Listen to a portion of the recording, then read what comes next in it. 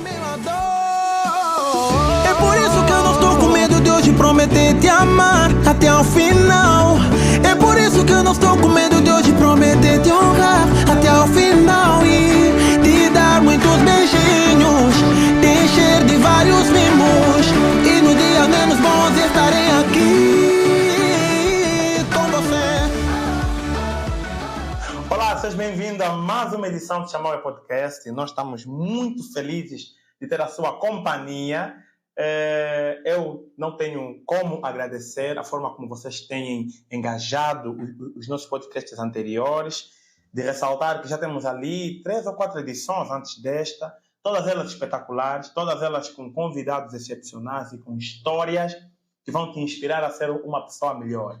E hoje não é diferente. Nós temos aqui o nosso prof. Jacinto. Como é que está, professor? Graças a Deus, estamos bem. Então, como é que o prof. Poderia se apresentar para quem não conhece o prof. Jacinto? Quem é o prof. Jacinto?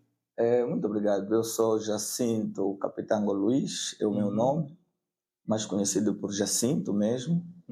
Sou do Lubito, propriamente de Benguela. E a geração de enfermeiros desde 2000 a 2022 fazem parte da minha história. Uau! Perfeitamente. Uau! Certo? E o professorado é algo que eu encontrou no caminho da vida ou sempre foi um sonho desde a infância? Bem, eu nunca sonhei ser professor. Eu encontrei o professorado no caminho da vida, pelo fato de, depois de muitas andanças com pessoas professoras, com professores, portanto, ganhei o gosto de também começar a lecionar. Ok. Perfeitamente. E como é que é a vida de um professor aqui no Lubito? Anda, nos ajuda aqui a entender mais ou menos como é que é a vida de um professor, para quem aqui tem sonhos ou quem gostaria de seguir a sua profissão. Tal como já disse, o professorado é um dom, deve ser um dom, não um mero acaso, porque o professor acaba englobando ou formando todas as pessoas do saber. Quer dizer, o juiz passa pelo professor, o médico passa pelo professor. Portanto, o professor é uma profissão bastante nobre. Okay. Eu tenho dito que eu não sou professor, eu sou apenas formador, porque o professor são aqueles que fazem propriamente carreira de professorado. Okay. E todos os dias procuro melhorar a minha atuação como docente, porque a formação atual é bastante exigente. O professor tem que sentir que na turma tem estudantes que, se assim podemos dizer, passar o legado, de forma a que tenha estudantes que amanhã lhe venham substituir. Uma vez que a lei da vida diz que ninguém é insubstituível. Portanto, essa é a forma que eu encaro esta profissão de professor. Ok. E além do professorado, o professor Jacinto também exerce, né? Perfeitamente. Eu exerço, exerci a enfermagem, agora estou a exercer a análise clínica e a própria saúde pública. Ok. Né? Porque esta profissão, enfermagem, análise clínica, medicina, é uma profissão nobre que quando você não pratica, infelizmente você não é tido nem achado. Okay. Então é uma profissão mais de prática do que de teoria. E convenhamos que é uma profissão que é muito difícil de ser exercida aqui, no nosso contexto, e falo mesmo em África, né? Tipo, nós aqui, não é à toa que, infelizmente, aquela noção que as pessoas fora da África têm da África sempre do país pobre, do país na miséria, porque não somos famosos por ter o melhor quadro clínico do mundo, né? Perfeitamente. Digamos assim. E o que é que o prof. Poderia opinar, por exemplo, a respeito do medo que as pessoas hoje têm nas instituições públicas de saúde? Hoje especula-se muito quando um familiar nosso vai aí no Hospital Geral do Compound, Hospital Geral, que é público, as pessoas já começam a pôr o coração na mão, porque normalmente as pessoas não saem vivas daí. Perfeitamente. Este é o dilema que muitas das vezes temos estado a lutar com ele, porque quando você é enfermeiro, quando você é médico, você não tem humanização dos serviços em que você exerce, portanto, para nada vale estar ali.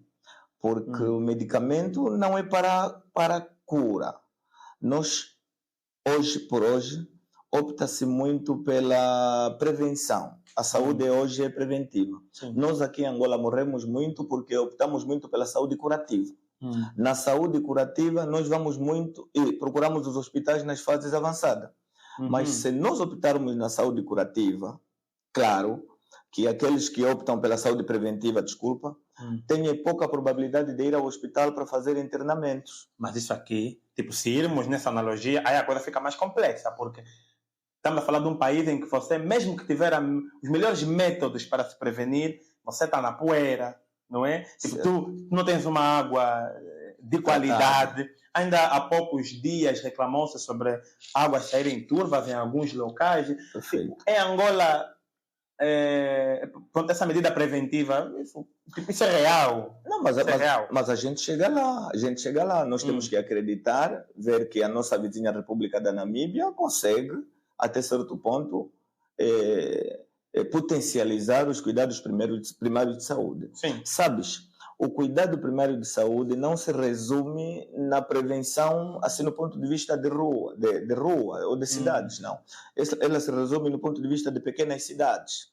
Por exemplo, alguém que é do bairro do Alto Liro tem que ter um posto no Alto Liro que segue à risca os cuidados primários de saúde. Sim. Se isto acontecer, com a qualidade que se impõe, alguém não vai sair mais do Alto Liro para ir assistir o seu parto na Restinga. Sim, eu entendi até ali, mas eu queria voltar ainda no conceito que disse sobre a medicina preventiva. E falou muito bem, porque até é algo que muitos médicos falam a respeito disso. Perfeito. Olha, é melhor optar pela medicina preventiva. Mas eu acho muito complicado nós falarmos de medicina preventiva no nosso contexto, hoje. E eu queria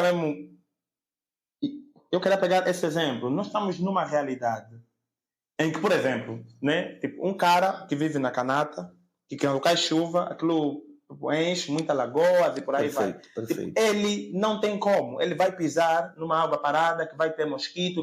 Tá a ver? Mesmo quem vive na Restinga, eu não sei porquê, mas as pessoas queixam-se muito de muito mosquito lá. Perfeito. Por alguma razão ou outra.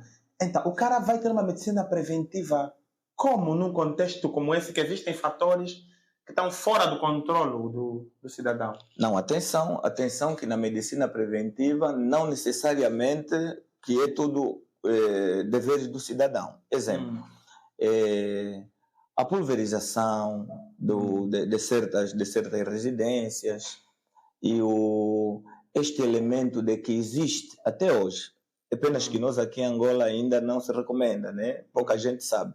Que existem tintas mesmo para pintar a nossa casa, que podem atrair mosquito. Também existem tintas que já levam alguns produtos que durante 6 meses ou 1 ano a casa não vai ter mosquito, não vai pousar mosquito na parede nenhuma. Uau. Quer dizer, essa é uma.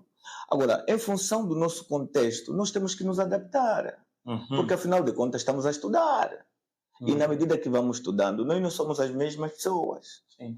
Aquelas pessoas que ontem atiravam água na rua em companhia, hoje já sabem que essa água que está atirando na rua vai lá o filho brincar. E depois esse mosquito, esses criadouros, vão voltar dentro de casa. Portanto, é um paradoxo dizer que a gente não chega lá. Sim. Porque nós somos africanos e nós estudamos, né? Na medida que vamos estudando, e pode até se insinuar isso. Olha, se perceberes, nós recebemos um bom número de médicos cubanos, aqueles que vieram na fase da Covid. Muitos deles são especialistas em medicina familiar, que é prevenção. Não muito no curativo, porque nós pensamos que ao receber aquele grupo de médicos, vamos ter a cura da Covid. Antes, pelo contrário. Todos eles vieram para implementar a medicina familiar, que é um paradoxo no nosso país. Razão pelo qual ainda fala-se hoje que os países que apostam na medicina preventiva poupam muito dinheiro nos cofres do Estado, porque na curativa tem muito dispêndio, tem comida do doente, do internamento, sim. Mas na preventiva é quase que nada, né? Se você me dar 50 contetores de mosquiteiro e alguém tem 500 contetores de quartem, eu prefiro 50 de mosquiteiro, porque no mosquiteiro eu vou prevenir. Exatamente. No quartem eu vou tratar, e nós temos doentes que são altamente resistentes a esses medicamentos. Então, essa é uma questão muito política. Essa é uma questão, essa é uma questão muito política mesmo. E até porque, agora que mencionou sobre os médicos cubanos, aqui aquele conceito de que, tipo, quando você vai num hospital ou vai numa clínica, a primeira pergunta que fazem é quem te atendeu? É o médico angolano? Perfeitamente. Se for cubano, top, ok. Mas eu, pessoalmente, já tive experiências não muito boas com médicos cubanos. Perfeito. Por quê? E especificamente cubanos. Porque dá-me a impressão que se ignora a diferença cultural entre os nossos povos. Perfeitamente. Os caras vêm aqui, mal se comunicam perfeitamente em português, tipo, mal se comunicam mesmo, e mal entendem os nossos preceitos culturais. Perfeitamente. Isso é só uma impressão minha, ou vocês que trabalham mesmo lá diretamente no setor também têm sentido que isso não tem se levado a cabo? Mas isso é um facto, sabes? Isso é um facto. Aqui, a título de exemplo, eu dirijo uma unidade hospitalar e tenho lá médico cubano. E o que a população mais reclama hoje é a comunicação. Exatamente. Quer dizer, ele vai dizer uma coisa e o médico cubano vai prescrever uma outra coisa. Sim. O que percebo é que é necessário conhecer a realidade da região em que você vai trabalhar, para depois teres aceitação no tratamento. Porque o nosso doente hoje entende que uma medicação passada sem apresentar as queixas que realmente ele tem é um fiasco. Ele é capaz de mudar de hospital, sair dali e vai no outro. Sim. E provavelmente vai buscar o mesmo medicamento que lhe foi passado na receita anterior. Então, eu acho que é um paradoxo. O meu ponto de vista ainda é um paradoxo. Sim. Nós temos dos bons enfermeiros em Angola, sim, e sobretudo Benguela, e bons médicos que fazem bons tratamentos. Perfeitamente. Exatamente. Mas eu fico assim imaginando. Eu não acho que é possível um angolano que não sabe falar inglês, ou inglês perfeitamente, e ir exercer a profissão de médico nos Estados Unidos, por exemplo. Não é possível. Eu acho muito complicado. E essa é uma questão que eu fico assim a me perguntar, né? E como a gente não está aí na área, né? Tipo, não trabalhamos ali, vai ficar aquela dúvida, afinal, o que é que se passa? Deve ter uma ordem dos médicos que cuida dos médicos, que vai gerenciando essas questões. Como é que é possível termos cubanos a atenderem pessoas que falam uma língua que eles não entendem? Ainda mais em áreas, talvez, em que, pior ainda, a língua mais predominante lá nem é o português, por exemplo, é uma língua tradicional. Perfeitamente. O que é que tem se feito internamente para lidar com essas questões? É que nestes grupos tem que andar aí angolano, né? Neste grupo que vai a uma determinada comunidade, tem que andar aí pessoas que entendem bem a língua regional daquela área para ajudarem nas traduções. É obrigatório. Mas eles, por uma questão de gosto, simpatia das nossas culturas, alguns preferem arriscar-se mesmo, por si só, tentar interpretar o que é que o doente vai lhe dizer acerca do que está a se passar. Okay. E que muitas das vezes alguns se dão bem e outros nem se calhar conseguem atingir o pico daquilo que quer como tratamento. Okay. Consequências: intoxicações medicamentosas e mortes por intoxicações medicamentosas nos hospitais. Infelizmente. Perfeitamente. Infelizmente. Agora, existem muitas críticas, né? Isso não é só aqui em Benguela, isso a gente ouve ao redor do país, sobre os enfermeiros, sobre os novos enfermeiros. Queixa-se muito, as pessoas se queixam muito que os jovens estão mais à procura do pão, na área de enfermagem, né? Esses jovens que estão a entrar agora estão mais ali à procura do pão, as pessoas queixam-se que vão lá para os hospitais e os jovens estão ali a mexer no celular. Eu mesmo tive uma experiência esse ano, muito triste, que quem nos atendeu é um grupo de médicos que tinha um paciente lá que infelizmente chegou de falecer, né? Okay. Que nos atendeu é um grupo de enfermeiros que deixou aí algumas recomendações que parecia uma senhora mais idônea, mas os enfermeiros que receberam o turno a seguir não receberam nenhuma informação sobre do grupo anterior. E ainda quando a gente transmitiu o que a enfermeira informou, não, esses jovens ratificaram completamente todas as recomendações que foram dadas. Perfeito. Só para no outro dia acontecer a mesma coisa. Tipo, quem veio depois também ratificou. Então, aí surge a pergunta: existe uma forma de avaliação do trabalho dos enfermeiros quando... E isso aqui é um facto. Eu tive muitos dias no hospital e vi que diariamente morria alguém. Diariamente, um corpo elevado, aí morre. E eu fiquei a me perguntar: existe uma estrutura interna no setor da saúde, que avalia o trabalho dos enfermeiros médicos, que investiga se houve uma negligência a parte dos enfermeiros na causa da morte desses pacientes? Bem, existe. Quer dizer, no hospital tem uma estrutura que é do gabinete do utente, uma área especializada em atender as reclamações dos utentes. Existe uma área que é da área de enfermagem, a área dos cuidados, que também tem o responsável, que devem fazer treinamento todos os dias sobre os procedimentos que vão dando, né? Claro, com a ajuda dos médicos. Mas o que acontece hoje é, todos aqueles que não perceberam, tem-se dito que um enfermeiro mal treinado é um assassino qualificado num hospital. Portanto, é um assassino com emprego e que mata quase que não sai nada. Hoje já existem responsabilizações, porque existe, nas nossas legislações e tudo, nós temos aquilo que é chamado de erros médicos, erros de enfermagem, enfim, faz-se protocolos em companhia.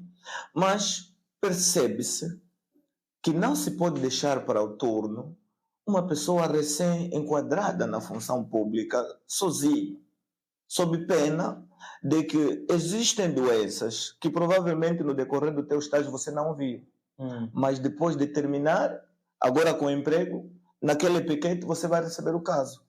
Como se proceder? Daí a razão que um turno é feito sempre de 2 pessoas antigas, 2 novas. 4 pessoas antigas, 1 nova ou 2 novas, para todos aprenderem, passarem no processo de rotina. Responsabilizações existem. Gabinete do utente é lá e deve estar exposto o número do diretor do gabinete do utente. Mas só se houver uma reclamação. Se houver uma reclamação. Mas internamente, todos os dias, as unidades hospitalares, vou falar sempre do exemplo da minha unidade hospitalar. As unidades hospitalares devem fazer ocorrência coletiva para aqueles que vieram durante o dia para render, saberem o que aconteceu nas 24 horas do turno que está a sair. E o turno que sai, ele não preenche um relatório, não deixa alguma recomendação? Tem que fazer, tem que deixar as recomendações que aconteceram durante a noite, tem que relatar tudo sem omitir nada, até de doentes que voltaram para casa, que vão vir buscar resultado às 8 horas, 9, 10 horas, devem explicar, porque não é normal numa unidade hospitalar onde as pessoas entregaram o turno, o enfermeiro que entrou está a perguntar se quem te atendeu. Sim. Portanto, esta é uma doença que ainda existe no nosso. E eu estou falando em primeira pessoa. Isso aconteceu mesmo comigo. E eu é que fui ter com a enfermeira, então eu posso falar com propriedade. Acontece e é muito comum. Mas a questão se ninguém emitir aí um questionamento, se ninguém emitir uma reclamação, não se abre nenhum processo, toda vez que alguém morre no hospital, certo? Não há nenhum inquérito ou processo contra as pessoas que fizeram parte desse processo de cuidados com malogrado? Os processos de mortes hospitalares são feitos nos sentidos de que quando há negligência médica, quando a causa da morte é duvidosa, porque existe no hospital uma área que é no necrotério, lá onde se levam os corpos mortais, né? Para se estudar, se fazer autópsia, as biópsias, para se avaliar qual é realmente a situação que ocorreu durante a noite. Portanto, eu entendo que existe. Do outro lado, vai faltar, para algumas unidades, falta de recursos humanos. Quando o número de recursos humanos é ínfimo, então vamos ter pessoas a fazerem papel de 3 secções. É claro que são humanos, também ficam cansados e vão cometendo os erros com naturalidade. E os nossos utentes, aqueles que estão assistindo, vão pensando de que não. Por exemplo, vou dar aqui um exemplo. Existem situações no hospital que nós chamamos que são situações de emergência. As situações de emergência não precisam aguardar nenhum minuto quando chegam no hospital. Se for uma situação de operação, é imediatamente levar o doente no bloco operatório. Mas as situações de urgência podem esperar algumas horas ou dias ou meses. Por exemplo, uma situação de urgência é, por exemplo, um doente que tem uma hérnia. Hérnia não está a doer, está lá, está inflamado. Eu posso dizer para volta aqui em janeiro. Isso chamamos de urgência. Mas o de emergência não precisa esperar. E às vezes o que falta na equipa médica ou da enfermagem que está aí a trabalhar é não dar explicação a esse doente que estão a lhe mandar voltar. Porque o caso dele às vezes é de urgência. Não é um caso de emergência. E quando não é um caso de emergência, é claro, sobretudo os casos oftalmológicos que a gente assiste, é mais de urgência. Porque a pessoa vai em janeiro, ele mandam vir em junho. Sim. Mas quando é de emergência, aquelas que foi por situações de acidente, não tem necessidade nenhuma de mandar vir no dia seguinte. Prestar assistência ao doente. Mas eu acho também que aquela questão que o prof falou sobre o humanismo, eu acho que pesa muito. Perfeitamente. Eu vou falar aqui algo que eu presenciei, tipo, nem vou dizer o lugar só para... Prontos, mas aconteceu. E eu presenciei numa unidade hospitalar que a criança estava a sair de uma pediatria, não é? E já se informou de que era necessário oxigênio. A criança estava a vir, né, com uma ambulância para vir aqui para ver se lhe é dado oxigênio. E acredito eu que o pessoal, os enfermeiros que estavam à espera da criança, esqueceram o detalhe do oxigênio. Então tiraram a criança do oxigênio da ambulância, não é? Tipo, colocaram na maca e não tinha oxigênio por perto. Por perto, perfeitamente. A criança faleceu. Opa, isso são coisas. Essa é negligência. Sim, isso são coisas. E eu estou insistindo nessa pergunta porque eu acho que seria muito bom se todo o processo, todo o caso médico, toda pessoa que fosse ao hospital, mesmo que recuperasse, mesmo que não morresse ou quê, eu acho que os utentes têm que ter o direito de avaliar o cuidado que eles tiveram durante esse período, já que é uma unidade pública, né? Tipo, e tecnicamente ela é sustentada por nossos impostos. Perfeito, então, perfeito. Nós temos que ter o direito de validar, de dizer, olha, o enfermeiro X, mas nem que fosse daqueles modelos aí que a gente vê nos aplicativos de 5 estrelas, 2 estrelas, 3, para que os responsáveis dessas unidades pudessem avaliar aqueles profissionais que estão a ter um bom desempenho, estão a ter um péssimo desempenho. Porque, muito sinceramente, e é muito difícil para quem é médico já ver esses problemas, porque vocês têm os contatos, já conhecem, entendem. Mas o público, no geral, passa muito mal nessas questões. Perfeitamente. Yeah. Porque você vê um familiar tem um dores, tu vais na área dos enfermeiros, estão a manejar o celular. Perfeito. Perfeitamente. Yeah. Então, é muito, mas muito triste nesse aspecto mesmo. Agora, eu lembro-me que quando os cubanos chegaram aqui na época da pandemia, houve uma certa revolta aí por parte dos médicos locais, que reclamaram que não houve uma valorização dos médicos internos. Não sei se o prof. Jacinto... Bem, tem-se dito que o modelo que se usa para enquadramento dos médicos angolanos ainda não é o mais adequado. Ok. Olha aqui uma prova bem prática. O INAB gasta bastante dinheiro, manda pessoas a irem fazer medicina lá fora e quando vêm não são colocados de primeira. Devem fazer concurso. Portanto, é um paradoxo. O Estado investiu.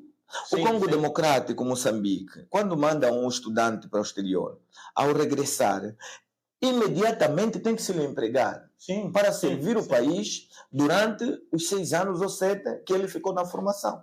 Mas aqui em Angola não. Aqui em Angola a nossa realidade é: a pessoa vai para a formação, quando chegar aqui deve concorrer ainda.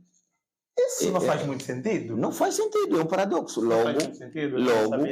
E depois a desvalia salarial, porque o médico angolano tem um salário, mas o médico estrangeiro tem outro salário. Mas existe uma justificação plausível para isso, por exemplo?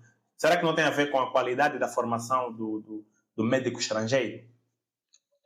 Tipo, na tabela salarial que faz essa discrepância de salários, não é? Certo. Qual é a justificação que eles dão para isso? Bem, eu não vejo uma justificação que me convença. Primeiro é saber que todos eles prestam serviços de consultas. Consultas e terapia e tudo. Depois estão aí os enfermeiros.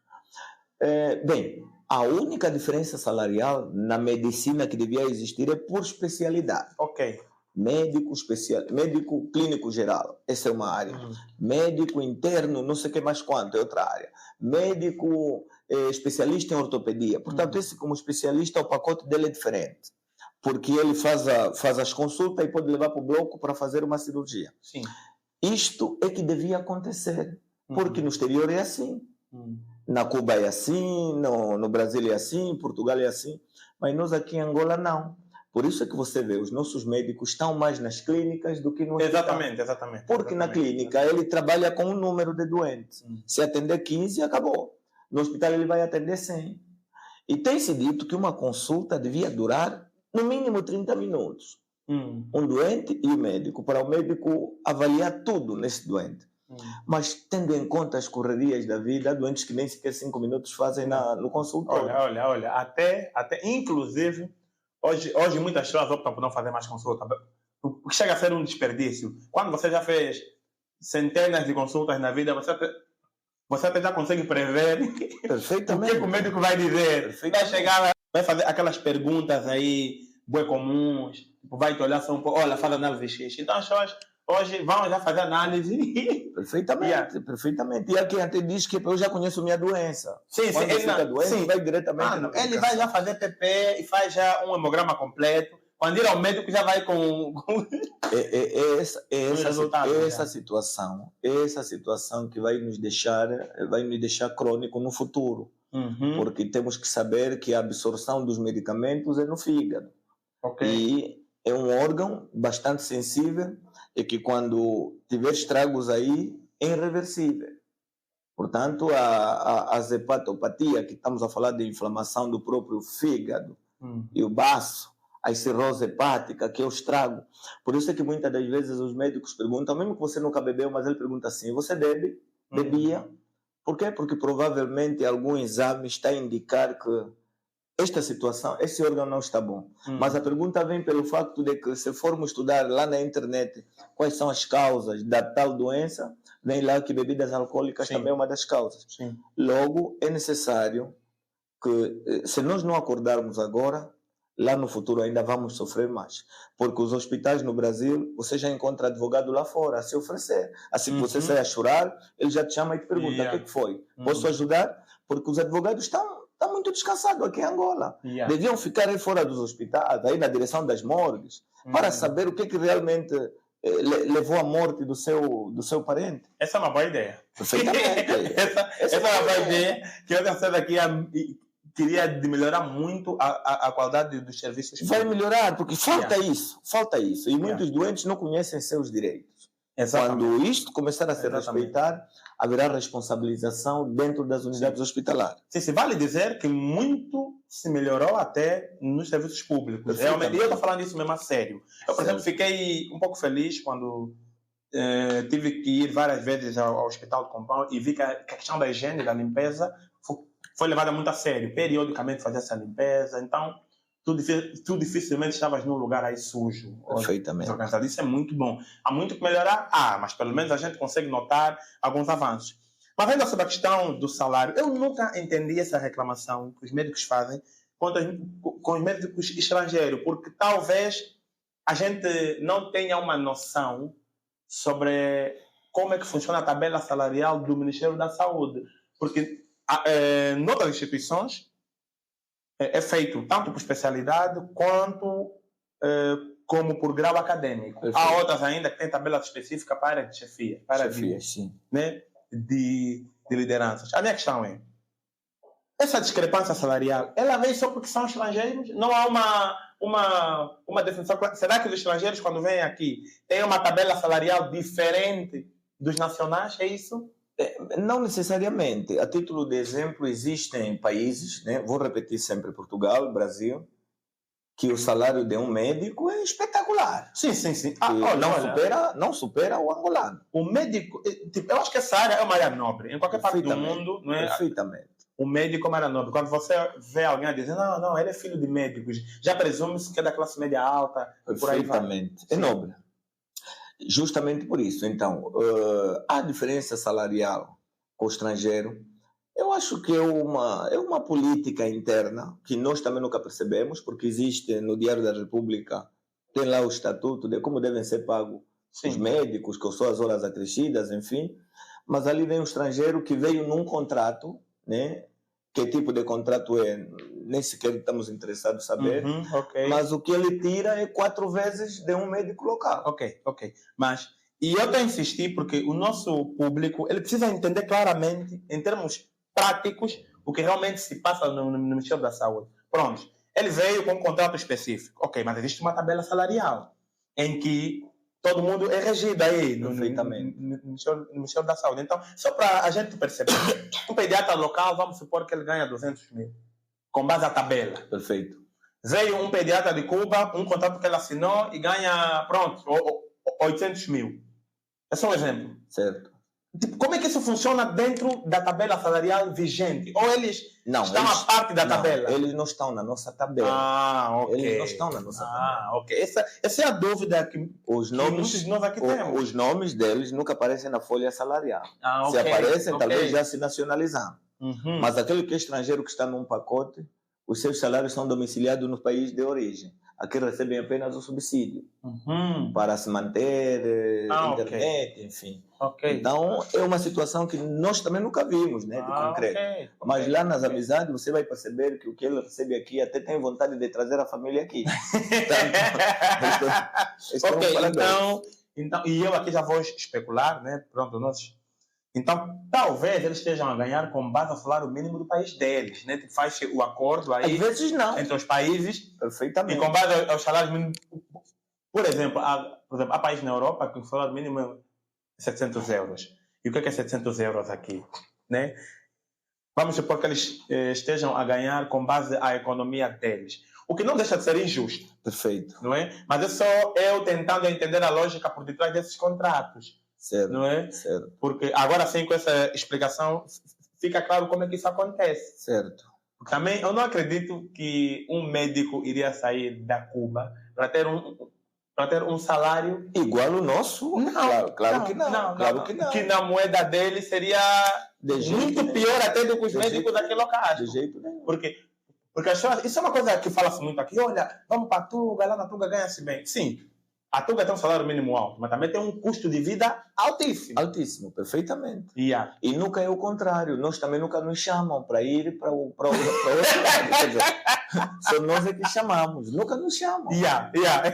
A pergunta que se coloca é, quer dizer, nós só servimos para receber, não podemos também doar, ensinar aos outros, ir aos outros países para dar nossas contribuições.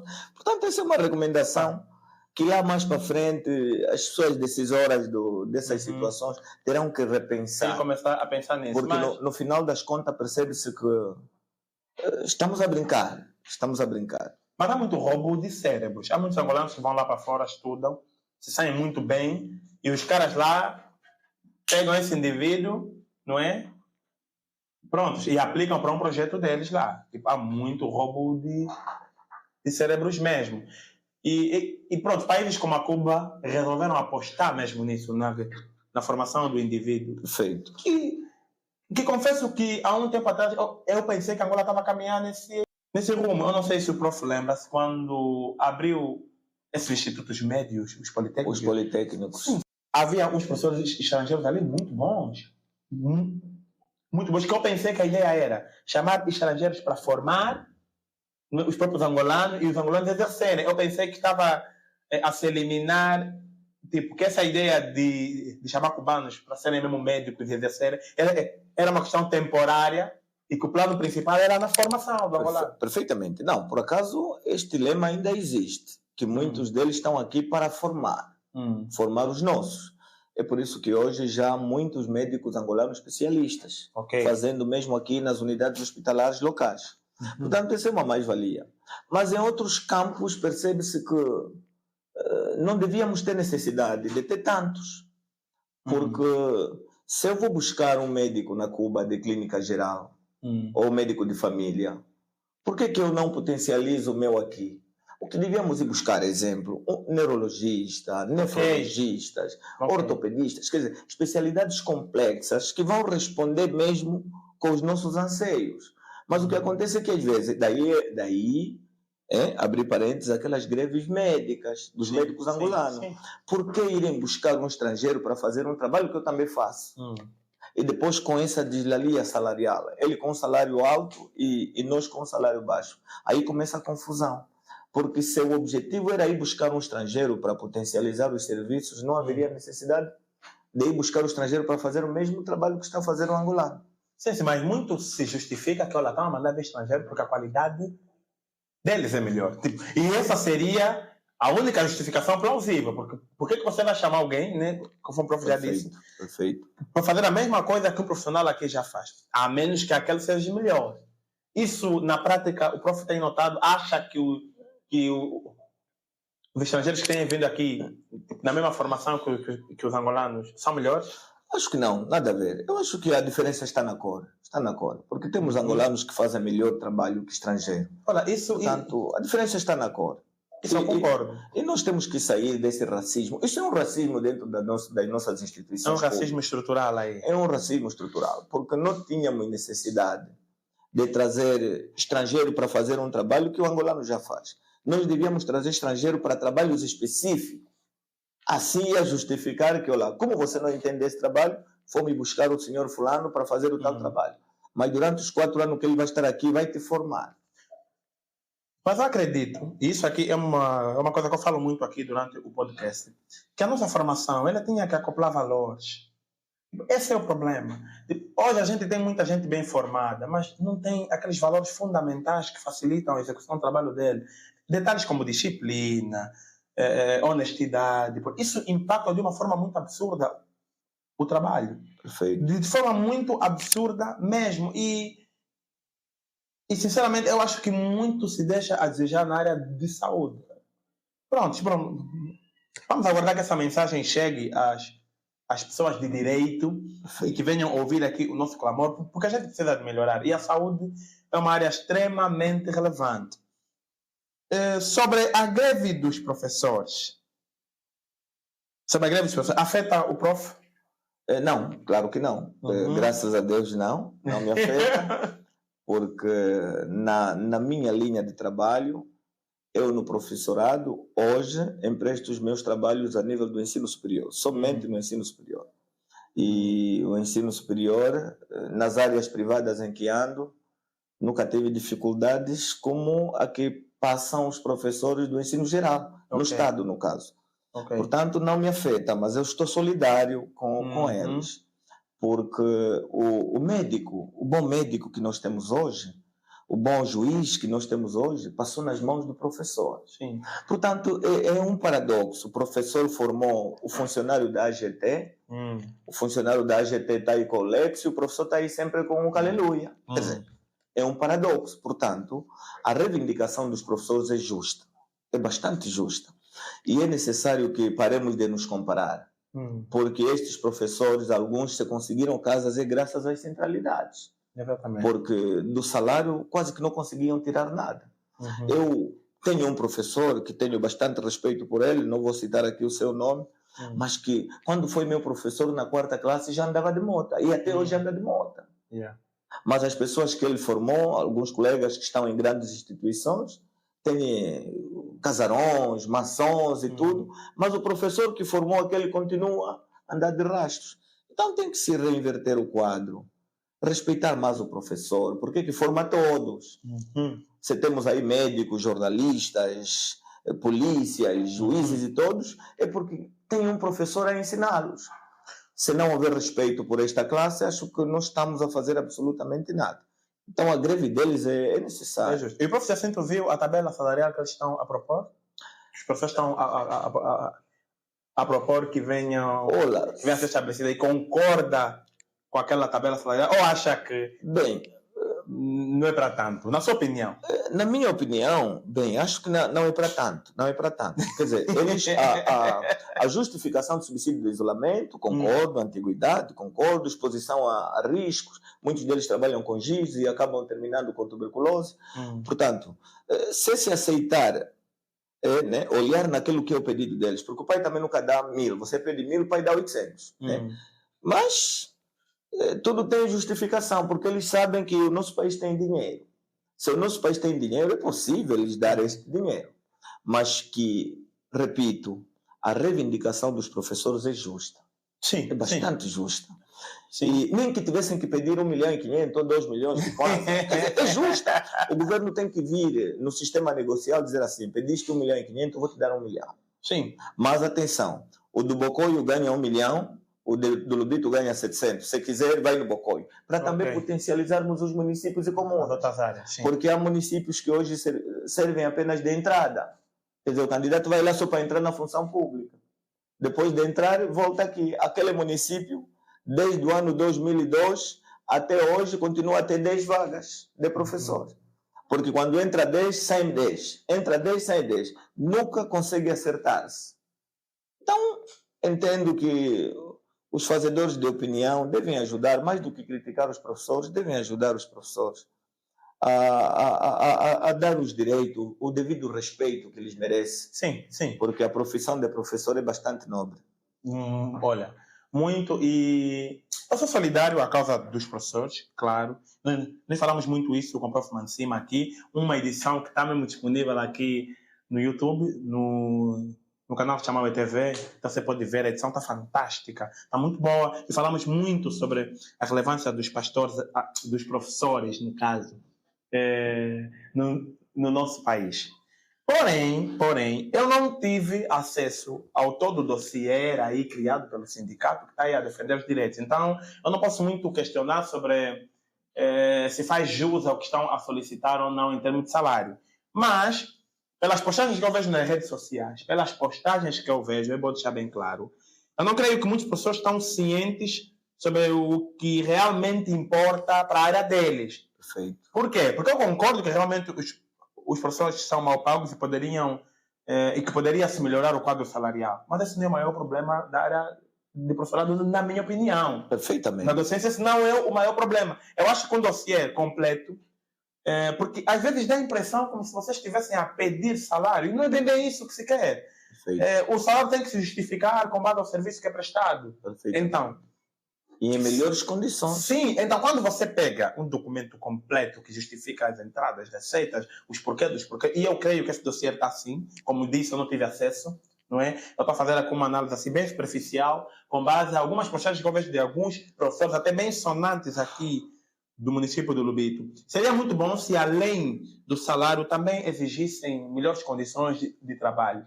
É bem melhor você exigir que se troque o giz, não é? Do que você exigir um subsídio pronto, contra o efeito colateral do giz, por exemplo. Perfeitamente. É muito melhor você aplicar essas ideias que o prof. Jacinto falou sobre a questão de alguém que está no bocoio ganhar um pouco mais para incentivar lá o ensino. É muito melhor haver, por exemplo, uma sugestão. Isso é uma coisa que eu sinto muita falta aqui no Lubito, que são cursos úteis. Perfeito. E eu vou explicar. Aqui tem um montão de bancos. Aqui tem um montão de bancos. A cidade do Lubito tem muitos bancos e você não tem uma faculdade que forma, não é? Que dá um curso específico para quem trabalha num banco, por exemplo. Perfeitamente. As duas empresas aqui, bué sonantes do município do Lubito, é o Porto e o CFB. E tu não tens cursos aqui nas faculdades que sejam específicas para essas duas empresas e empregam muita gente. Então, eu acho que, eu não sei se vai de acordo a essa luta que os professores estão a dar, se isso é mais para o ensino superior, talvez, mas o quadro, não é, mas quando a gente faz uma análise da qualidade de ensino local, a gente vê que tem muitas lacunas, que tem muita coisa, além do salário que é essencial, concordo, mas tem muitas coisitas ali que poderiam ser analisadas e resolvidas. Perfeitamente. Tem muita coisa que devem ser analisadas e resolvidas, sobretudo, hoje por hoje, ainda temos estudantes que estudam debaixo da árvore. E ainda temos estudantes que estudam nas catequeses das igrejas.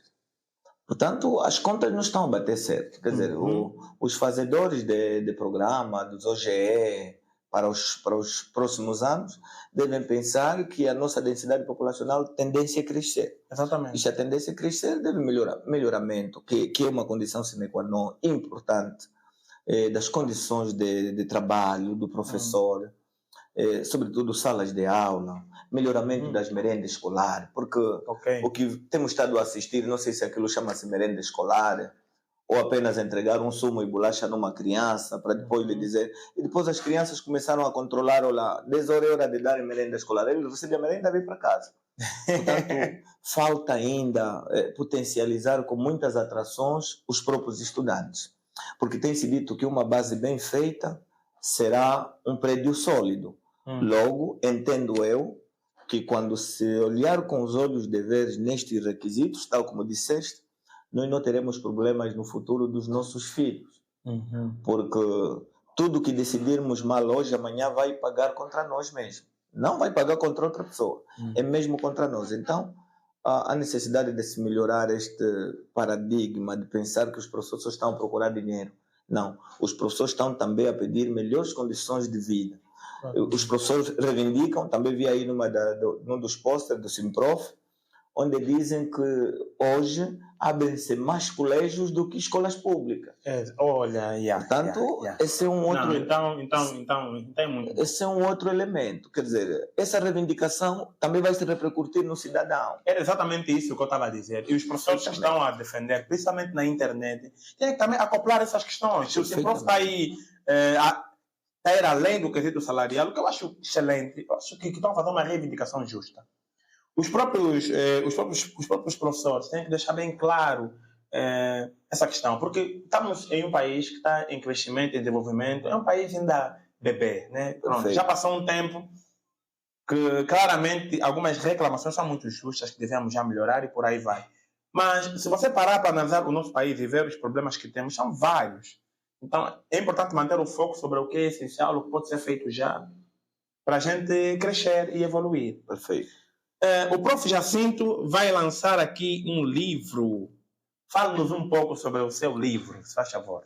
Ok, muito obrigado. Este livro está a ser antecedido, né? Vai ser, depois da apresentação deste livro, aí vem a defesa do meu doutoramento. Já um apelo aos mestres que estão formando-se, né? Agora é um desafio grande, todo mundo está a estudar, mas dizer que na área em que você está a se especializar é bom começar a produzir ciência. Porque para nada vale mestre e doutor e não escreve. Sim. Não escreve para os teus leitores. Sim. Portanto, eu vou lançar este livro para estar saudável, esse é o tema. 5 pilares da saúde para a prevenção de doenças. E este livro tem bastante novidade. Porque este livro começa por mim, começa comigo. Nas minhas andanças pela América do Sul e tantos outros países que já fui, olhando para as condições de saúde dos outros, chamou minha atenção o que está na base dessa qualidade de vida dos outros. Portanto, quando me apercebi o que está na base da qualidade de vida, só responderam-me por uma única questão, que é a prevenção. A prevenção. A prevenção. Ok. Portanto, daí denominei o meu tema do livro, que é para estar saudável.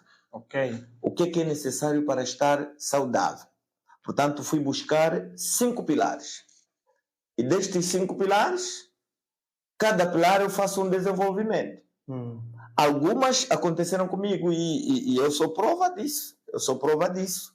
Como disseste muito bem, que hoje pensa-se que cada pessoa que está no topo é porque é filho de alguém, é porque é filhinho de papai, é alguém que foi colocado lá, enfim.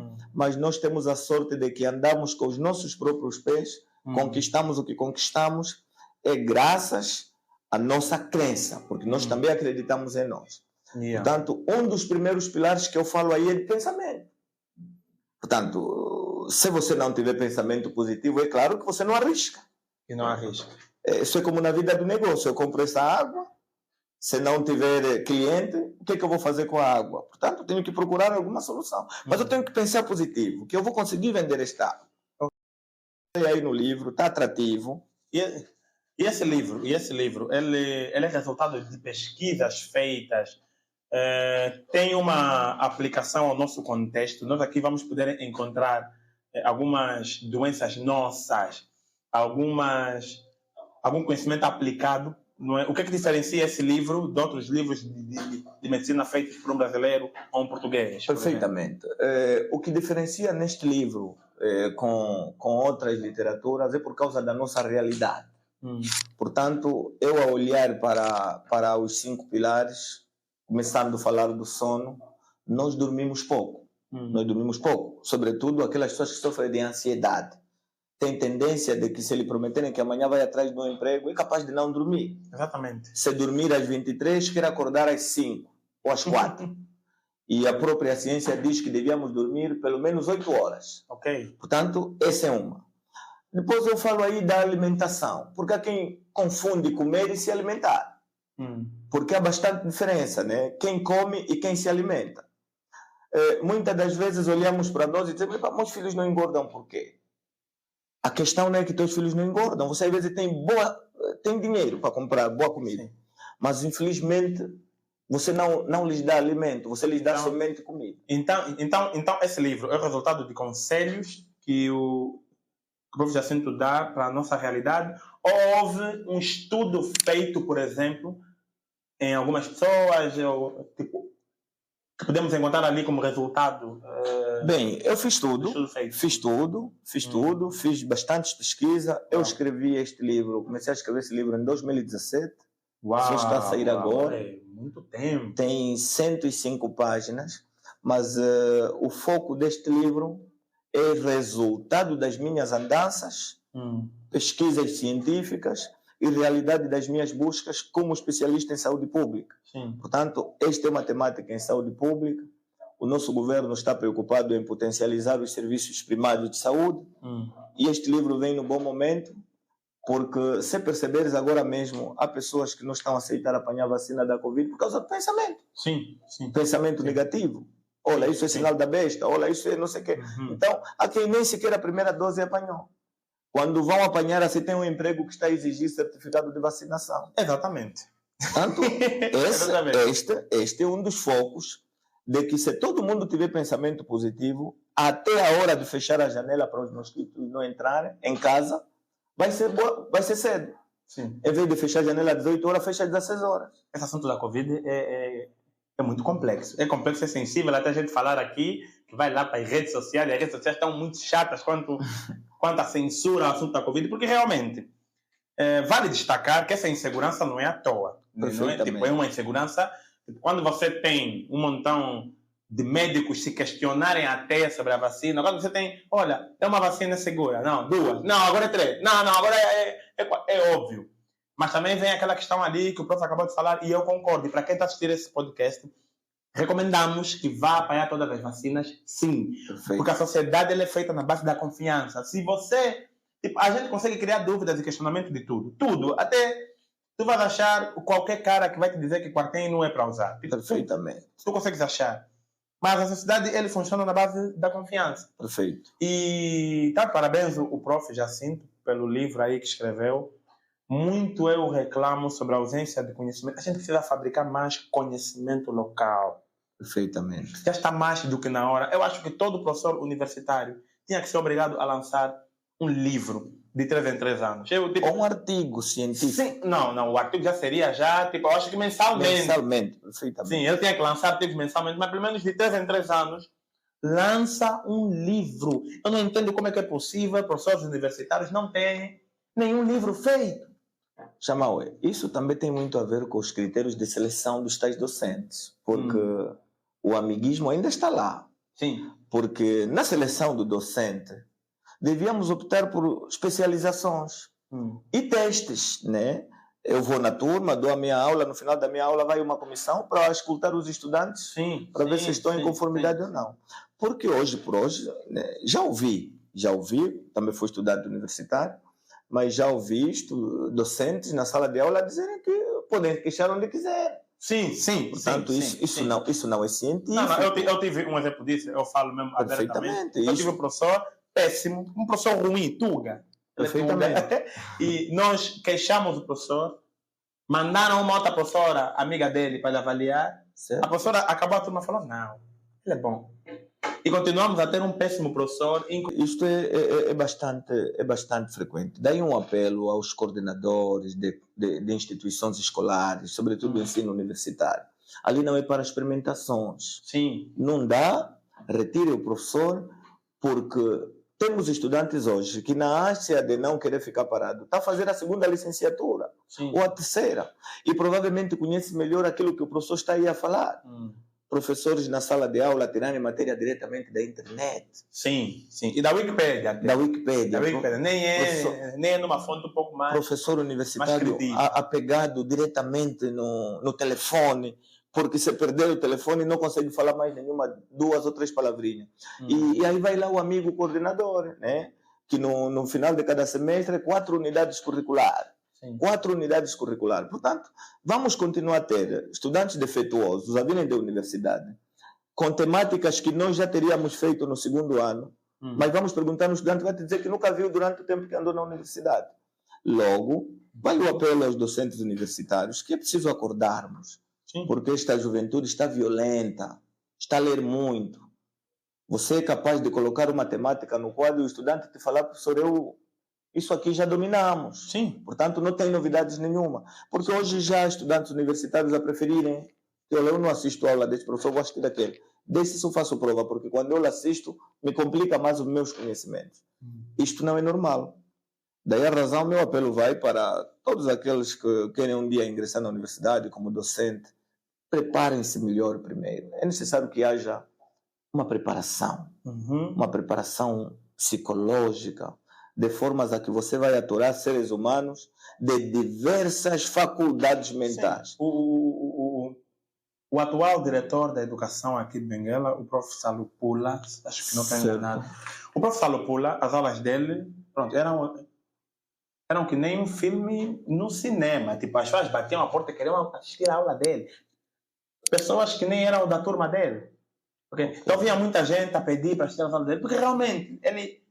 E não era um professor, ou melhor, ele não é um professor que fala mais da vida dele pessoal. Não, ele dá mesmo aulas. Ele dá mesmo aulas, mas sabe, pronto, é um bom educador mesmo. Além de transmitir o conhecimento. Também educa. Sim, e ele o faz muito bem. Ele faz muito bem. E é aquilo que disseste, quando você faz bem o seu trabalho, não é? Pronto, as pessoas vão lá e solicitar mais e mais o teu serviço. Até o pior aluno, ele vai querer perder outra aula, não a sua aula, porque realmente a pessoa aprende. E tem aquele problema, ainda temos professores que acham que dificultar a matéria no aluno torna ele um excelente professor. Absolutamente não. Sim, tipo, existem muitos professores que se incomodam bastante com bons alunos. Eu já vi isso várias vezes. Aquelas pessoas que entram, têm pouca bagagem e ficam a falar mais da vida dele pessoal. E você levanta e diz, não, professor, já se faz tarde e queremos continuar com a aula. E ele vai te conotar. Perfeitamente. Então, esse é um problema enorme. Eu sinto falta, por exemplo, de livros que abordam assuntos específicos. Por exemplo, seria muito bonito se houvesse um livro a falar de malária aqui. Sim. A falar de malária. Porque eu tenho alguns amigos médicos e quando a gente conversa sobre o que é a malária aqui, eu percebo que muitos deles têm que fazer umas artimanhas para lidar com a malária, porque às vezes há umas variações ali. Sim. E nós não sabemos nada disso. Perfeitamente. Tipo, falta books específicos, não é? Tipo, esse teu livro ali também, que poderia muito bem ser usado nas universidades. Pronto, é um conhecimento local. Não, eu, por exemplo, este meu livro, naquilo que são as minhas aulas, esse livro é inteiramente de saúde pública, é transversal, não tem uma classe específica para atuar. Este meu livro pode parar na polícia, nos portos. Todos aqueles que querem ter os trabalhadores saudáveis, é necessário que adquiram este livro. Boas. Porque com um trabalhador saudável você tem produtividade. Logo, é necessário que no foco dos nossos inscritos não nos circunscrevemos apenas naquilo que nós somos como especialização. Temos que ter abertura de formas que o chamam e vem e diz assim, olha, eu aprendi que essa comida não é boa para criança. Portanto, e a linguagem facilita. A linguagem facilita. Tentar baixar um bocadinho naquilo que é a nossa linguagem regional. Uau. Eu trabalhei com uma editora brasileira, bastante exigente, não aceitam plágio, são rigorosos, estão lá no São Paulo, é de jovens angolanos. Jovens angolanos que se aborreceram de ficar aqui em Angola e foram para lá, criaram empresa. E o que é que fazem? Mandam livros para aqui, para Angola e tantos outros são docentes universitários. Aquilo deu-me um orgulho tal que é uma editora brasileira dentro de um território. Eles são angolanos, mas com uma editora dentro daquele território. Portanto, o livro promete. E mais do que falar, eu vou tirar várias edições neste livro, porque o nosso governo, depois da Covid, começou a olhar com olhos de ver na saúde pública. Uau. Nós não tínhamos respeito com a saúde pública. Nós tínhamos respeito com a saúde curativa. A partir do momento que começamos a olhar na saúde pública com respeito, aí começaram a abrir especializações nas universidades de saúde pública, mestrado em saúde pública, especialidade, licenciatura em saúde pública. Quer dizer, se nós potencializarmos a saúde pública com olhos de ver, nós vamos evitar muitas mortes no futuro. Já não vamos levar doentes no hospital para se transformarem no corpo cadavérico. quando é que vai ser feita a venda do livro, prof? Olha, o livro vai ser vendido no dia 13, às 14 horas, lá no Piaget, num dos anfiteatros. Ok? E todos estão convidados, até aqueles que não vão para comprar, mas estão convidados, porque eu vou fazer uma abordagem geral do livro. Vou viajar um bocadinho no livro para potencializar os estudantes e docentes, e não só, para saberem um bocadinho de que, doravante, cada um terá que ter um livrinho desse ou outro lá nas cabeceiras para potencializar a saúde da sua própria casa. Uau! Perfeitamente. O prof. Jacinto tem aspirações políticas? Eu não tenho. Não tenho, até porque eu tenho um cargo público, é uma província vizinha, mas não tenho muita aspiração política. Se tem um cargo público, então é só questão do tempinho, hein?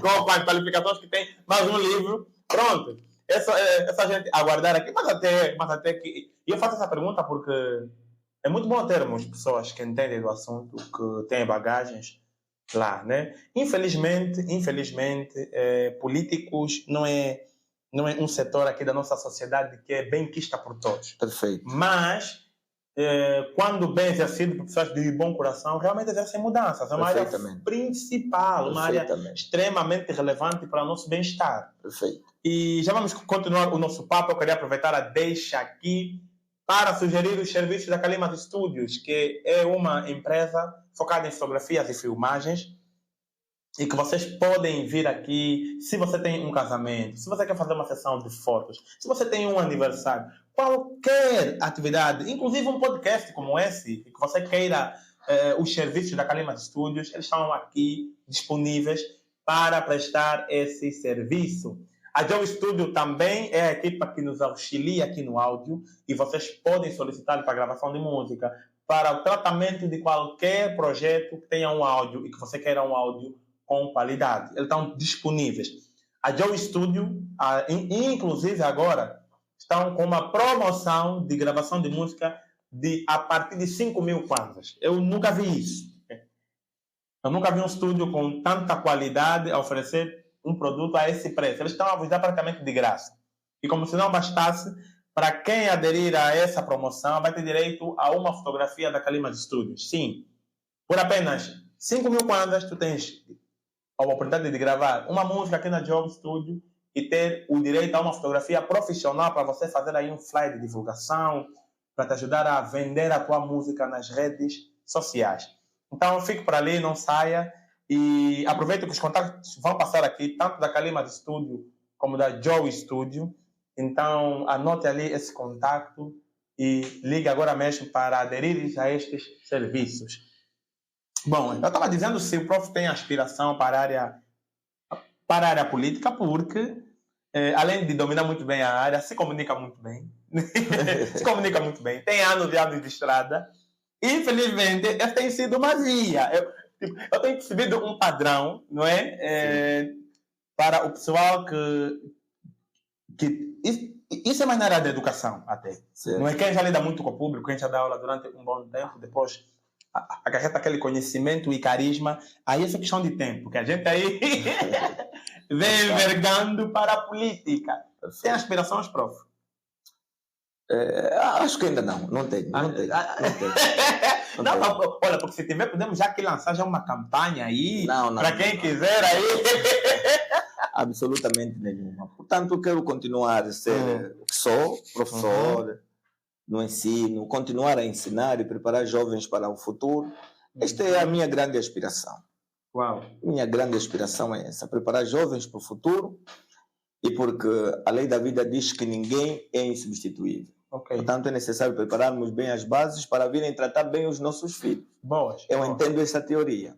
Se não fazer o bem hoje, os meus filhos vão pagar no futuro. Exatamente. Perfeitamente. E mais vale aqui ressaltar a necessidade de vocês aderirem aqui ao livro do Prof. Jacinto.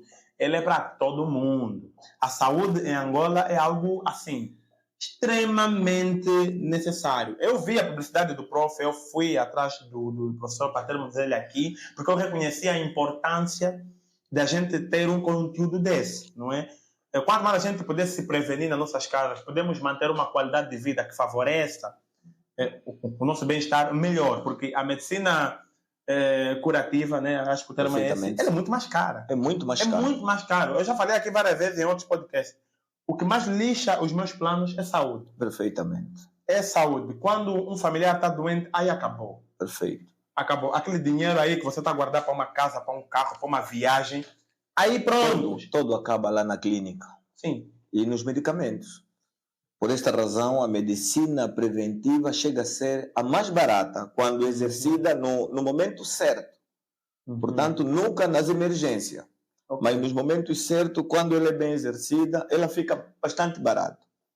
Porque, afinal de contas, o prevenido vale 2. E vai ter edições digitais?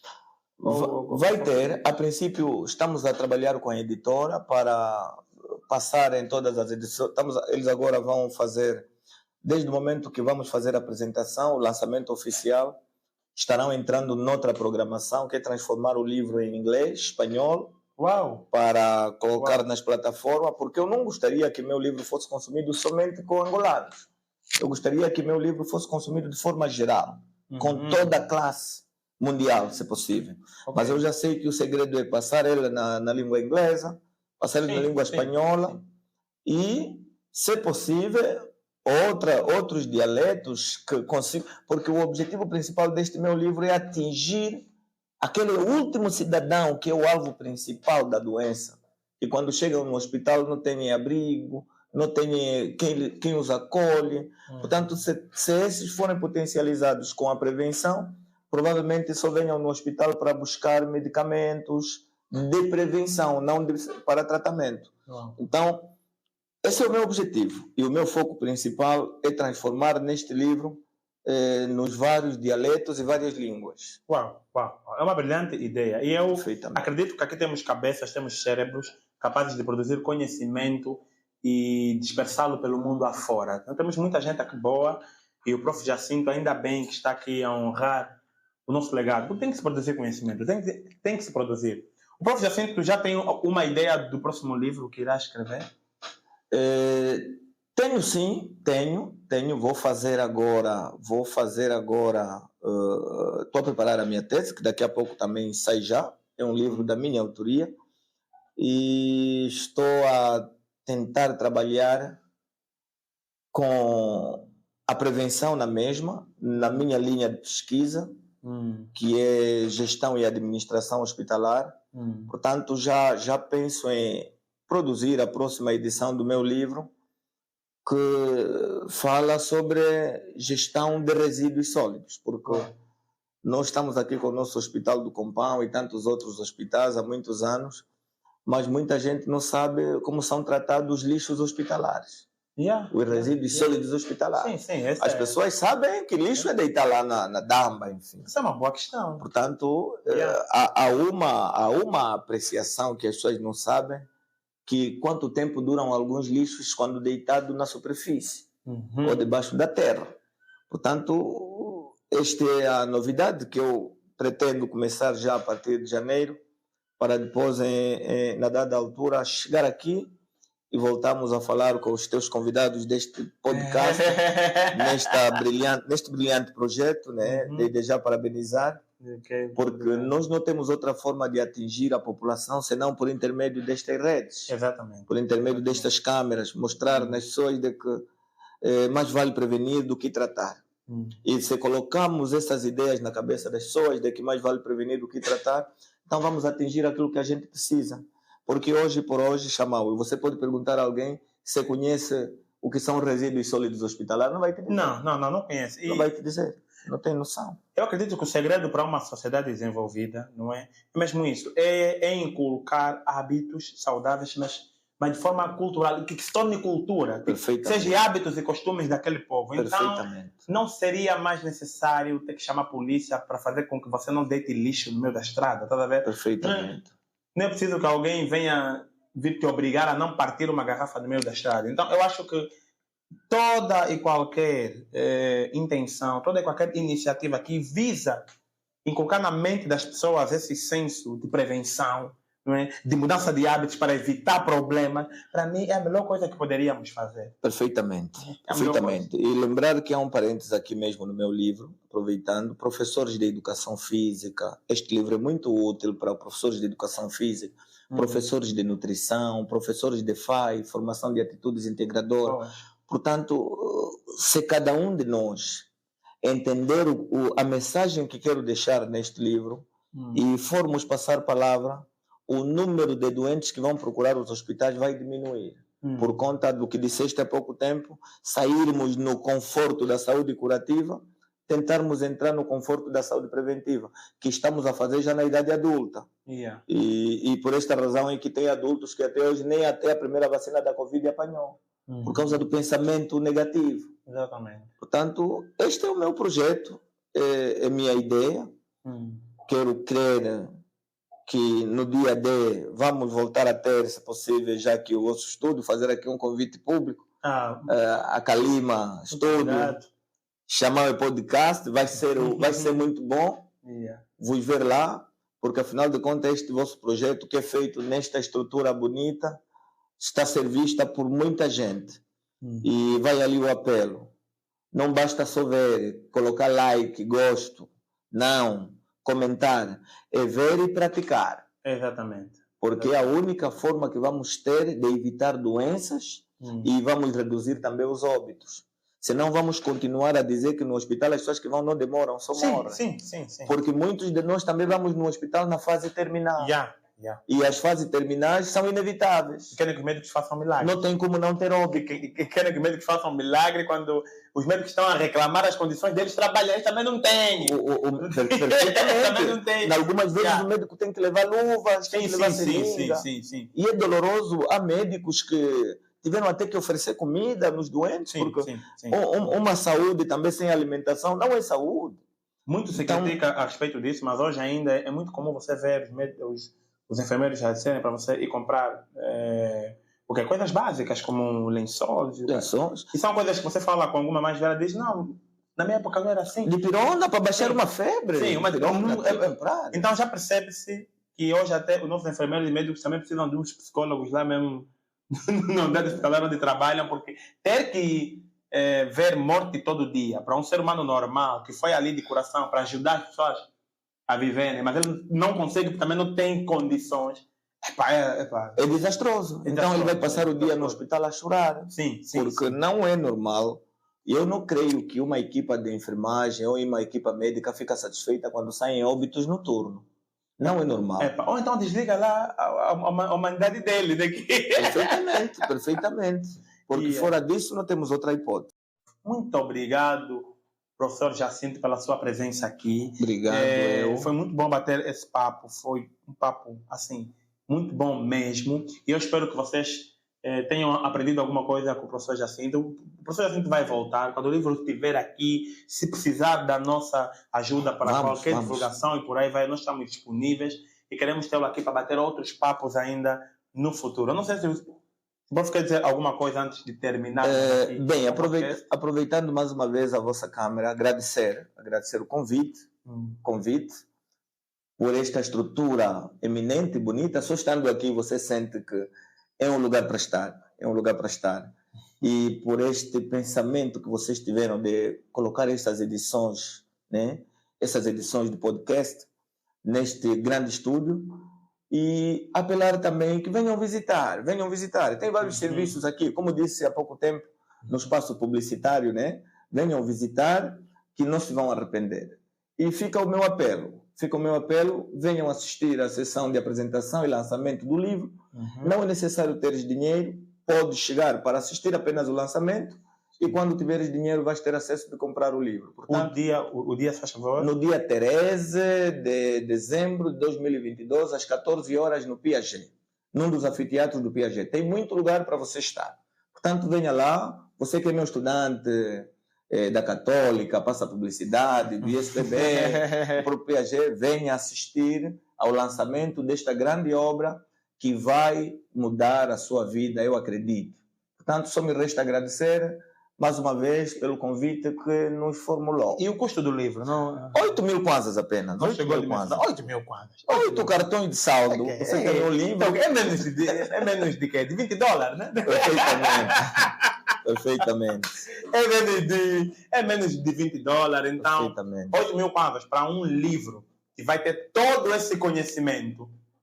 Pronto. É muito pouco. E o conhecimento, ele tem um impacto nas nossas vidas que você não pode estabelecer um preço.